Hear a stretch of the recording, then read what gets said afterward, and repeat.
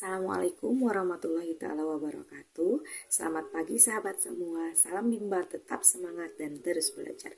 Pada kesempatan kali ini, saya ingin mencoba menjawab beberapa pertanyaan guna untuk melengkapi tugas harian di luar kelas hari ke-17. Baik kawan-kawan, untuk pertanyaan pertama mengenai main baca-bacaan nomor 1, jelaskan maksud dengan atau dari main baca-bacaan di Bimba. Baik, kawan-kawan, sahabat semua, yang kita ketahui bahwa main baca-bacaan di Bimba adalah segala sesuatu permainan yang berhubungan dengan menumbuhkan minat baca anak, ya. Sehingga anak senang membaca menggunakan alat yang sudah tersedia di Bimba itu tersendiri seperti modul baca-bacaan, tarik garis dan lain sebagainya. Sehingga anak otomatis mereka akan tumbuh rasa senang dan enjoy dalam melakukan kegiatan baca-bacaan. Nomor 2, apa saja yang termasuk main baca-bacaan? Yang pertama, modul Bimba, bermain modul Bimba, main perbal, baca majalah Bimba ataupun berbahasa Bimba. Yang ketiga, tujuannya apa yang dilakukan main bacaan di Bimba? Yaitu agar anak senang dan tertarik sehingga tumbuh minat baca anak secara intrinsik, ya. Nomor 4, kapan kegiatan baca-bacaan ini dilakukan? Kegiatan baca-bacaan ini dilakukan sepanjang kegiatan itu bisa di awal dilakukan, di permainan inti dilakukan, sampai akhir kegiatan pun dilakukan. Nomor 5, mengapa kegiatan baca-bacaan ini diprioritaskan? Karena sesuai dengan kata Bimba tersendiri, yaitu bimbingan minat baca dan belajar anak, sehingga Bimba itu difokuskan untuk membimbing minat baca anak. Jadi di sini difokuskan atau kegiatan baca itu menjadi prioritas karena kembali lagi kepada tujuan utama Bimba, yaitu membangun minat baca anak secara intrinsik. Minat baca dan belajar anak secara intrinsik. Nomor 6, apa yang harus dievaluasi dalam kegiatan ini? Ya, seperti biasa, yang harus motivator evaluasi yaitu afeksinya, apakah anak itu senang atau tidak dalam pembelajaran baca ini, main baca-bacaan ini. Dan kognitif itu dari sisi terampil anak, apakah anak sudah terampil membaca atau belum. Kemudian nomor 7, bagaimana cara bermainnya? Bermainnya seperti biasa, ya.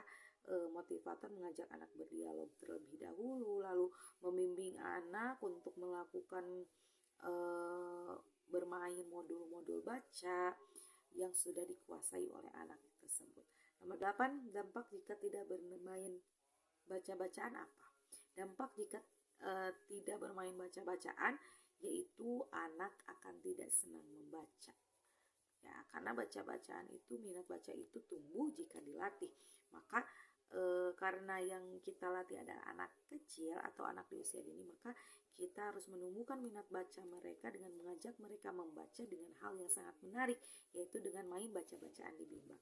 Kemudian selanjutnya pertanyaan nomor B, nomor 1, apa itu teori jam bandul dan beri contohnya. Teori jam bandul adalah metode yang digunakan untuk memvariasikan aspek motorik, kognitif, dan psikomotorik secara bersamaan, namun pada akhirnya kembali lagi pada tujuan awal kognitif, yaitu baca. Ya, seperti contoh ketika motivator melakukan pembelajaran di Bimba, karena tujuan dari tujuan kegiatannya yaitu main baca-bacaan, maka ketika motivator memberikan selingan dalam proses pembelajaran seperti mewarnai, bermain matematika, ataupun hal lainnya, maka akan kembali lagi pada kegiatan inti, yaitu main baca-bacaan. Baik itu di awal, di kegiatan inti, ataupun di akhir, pasti akan terselip main baca-bacaan. Kemudian nomor 2, apa tujuan penerapan dari teori bandul? Yaitu agar anak tidak merasa bosan dan variasi pembelajaran itu terlaksana dengan baik. Nomor 3, kapan diterapkan teori bandul? Yaitu sepanjang kegiatan inti. motivator melakukan kegiatan apapun itu pasti akan kembali pada main baca-bacaan. Baik, nomor 4, bagaimana cara menerapkannya, yaitu dengan mengarahkan anak main baca-bacaan, membimbing melakukan kegiatan selingan, atau anak diarahkan agar berperan aktif dalam proses bermain baca-bacaan ini. Dan tidak lupa motivator memberikan reward atau sanjungan kepada anak yang akan menumbuhkan semangat belajar mereka dan motivasi bermain mereka, evaluasi afeksi ataupun evaluasi kognitif. Nomor 5, bagaimana jika tidak diterapkan?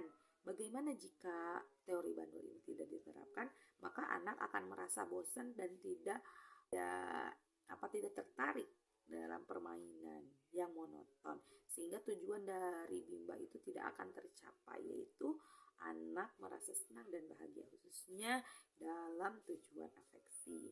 Kemudian nomor 6, apa dampaknya jika tidak dilakukan teori bandul? Pertama, tentunya anak akan merasa belajar itu beban. Kemudian ketika anak sudah merasa bahwa belajar itu beban, tidak ada keinginan secara mandiri atau secara intrinsik dalam diri mereka untuk bermain baca-bacaan ataupun belajar baca-bacaan, maka anak pun akan tidak mau belajar kembali untuk baik itu baca-bacaan ataupun hal lainnya. Maka oleh karena itu, ketika kita sebagai seorang dewasa ingin membimbing anak untuk bermain baca-bacaan ataupun belajar dengan baik dan penuh semangat, maka harus diawali dengan hal yang menyenangkan, yaitu dengan cara bermain. Bermain yang mana diselipkan pembelajaran secara tidak langsung, sahabat-sahabat, seperti yang dilakukan di Bimba tersendiri. Baik, untuk pertanyaan melengkapi tugas harian ke-17 di luar kelas saya cukupkan sekian. Terima kasih sahabat semua. Salam Bimba, tetap semangat dan terus belajar. Assalamualaikum warahmatullahi wabarakatuh.